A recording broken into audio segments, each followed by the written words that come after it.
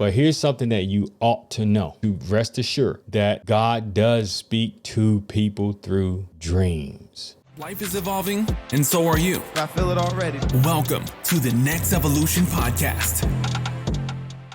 Thank you so much for joining me for this conversation with the Next Evolution Podcast here about interpreting dreams from a biblical perspective. This is going to be a touchy subject, but it will be an interesting subject. You're going to learn a lot, and I'm looking forward to it. So let's get into it. Here we go. Yeah, so I've been thinking about this. I'm reading a couple books right now. Dreams. How do you interpret dreams? Is that something that you even consider important? Do you have dreams that you want interpretation? Have you ever had a dream of something and you wanted an interpretation of that dream? Have you ever had that experience before? We all have dreams. So there's several stories in the Bible that talks about or gives story narratives of how God spoke to people through dreams. Job 33 says, God speaks in a multitude of ways. God speaks in one ways, God speaks in two, God speaks in dreams and in visions, right? Somewhat of the same thing. There's another story when Jacob was asleep, and as he was asleep, he had a dream of angels ascending and descending on a ladder. I'm throwing these stories out here and not really explaining them in details, right? Not talking about the metaphor, not talking about the context, not talking about all the nuances, the languages and everything that can affect that. God does speak to people through dreams. And you could maybe consider, right, that if you are having dreams, or if you're having the same dream, maybe the universe is speaking to you. And maybe you ought to take time to try to listen and see what that's all about. I think that will be critically important for you. But when people tell me their dreams, it's like I interpret them almost instantly, or at least give them perspectives that they never even thought about. It just kind of comes to me as they talk.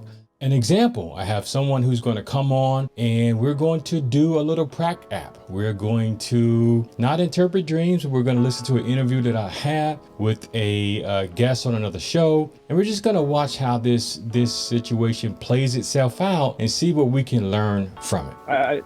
That's why I take sleeping medication, because I keep having the same set. It's like a set of dreams. Really? It's all like, yeah, it's the apocalypse. Like I've watched the world starve to death, beat each other up, like civil war unrest, like just everybody just turn on each other. Mm-hmm. And I've watched a meteor hit the earth. I've watched another super virus go and kill, like a real pandemic, like that just wipes out like 90% of the population. Well, I take sleeping medication so I don't have to dream, but But surely you've thought about it, right? That's just the end of times. You know that the end of times, bro. Like it just it's like God's gonna roll the dice. He's gonna be like, all right, y'all going out like this. Okay. So, okay. You know, you're going to have that kind of experience, right? Where you feel like the interpretation was God showing you how the world was going to end.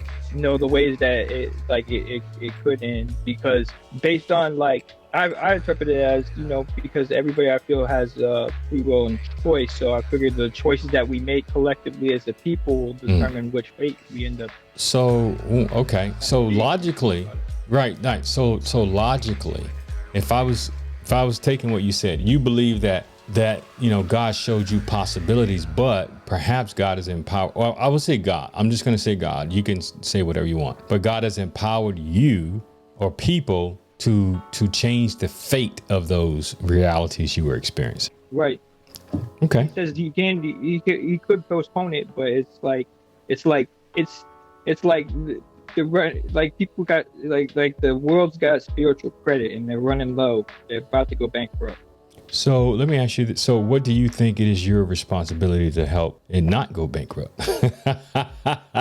I think that would be the point, right? I was supposed to be a business owner and a disciple. A disciple of what?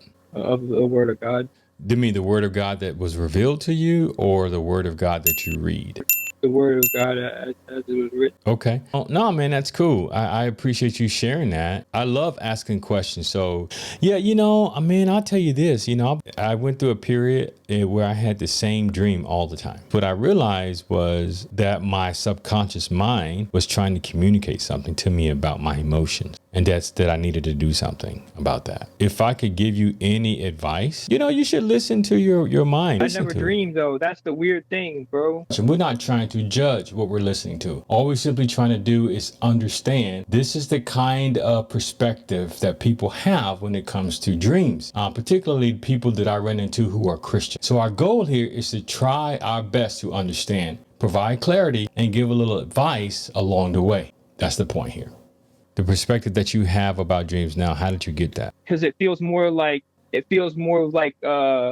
being shown, like I'm being shown something as opposed to being made to experience something. Does that make sense? Yeah. Almost like you're supposed to do something with that. Right. Yeah. That's crazy, man. So did you have those experiences when you were a kid? It started when I was 35. I started praying. The first thing I prayed for was knowledge.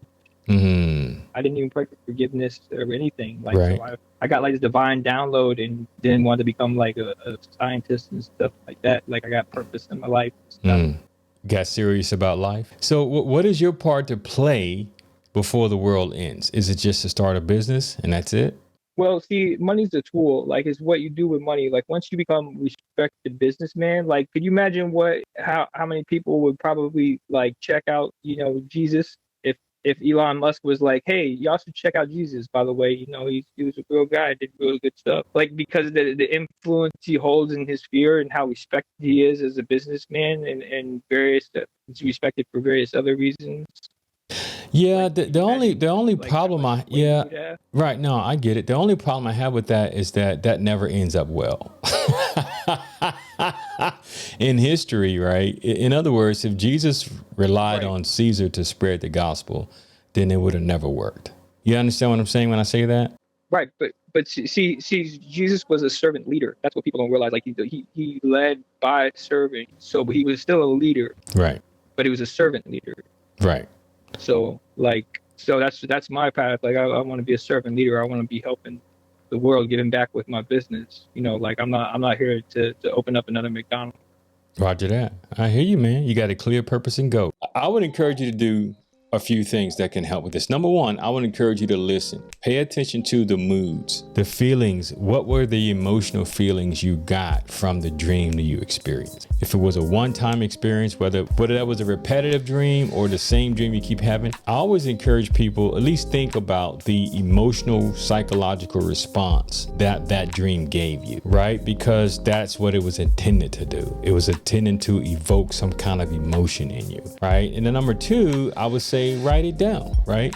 Because what that will do when you write it down, keep a track. If you're having the same thing or the same back scene, right, that shows up repetitively, then that's something that you should pay attention to. And then I would say to ask God. I would say ask God, pray about it. Some of you may say I prefer to ask the universe, but just begin to speak about it. Here's another important thing. Pay attention to the detail. What did you recognize and what did you not recognize? That would be important. So what did you recognize in the dream? In other words, did you recognize the lighting, the sun? And did you notice the trees, the sun, the stars, the grass? Did you have any physical smell? Were you disgusted? Were you angry? If you were in a room, what kind of room? What that room represents? Why your subconscious mind is bringing these things to you, okay? So once again, thank you so much for watching this Next Evolution YouTube channel. For all of my people who are listening via podcast, if you have any questions about this episode or about the process we went through, email to nextevolution2022@gmail.com. That's nextevolution2022@gmail.com. So thank you so much, family, for watching. Thank you to those who are listening, and please stay tuned for the next video right here or here, and we look forward to talking to you soon.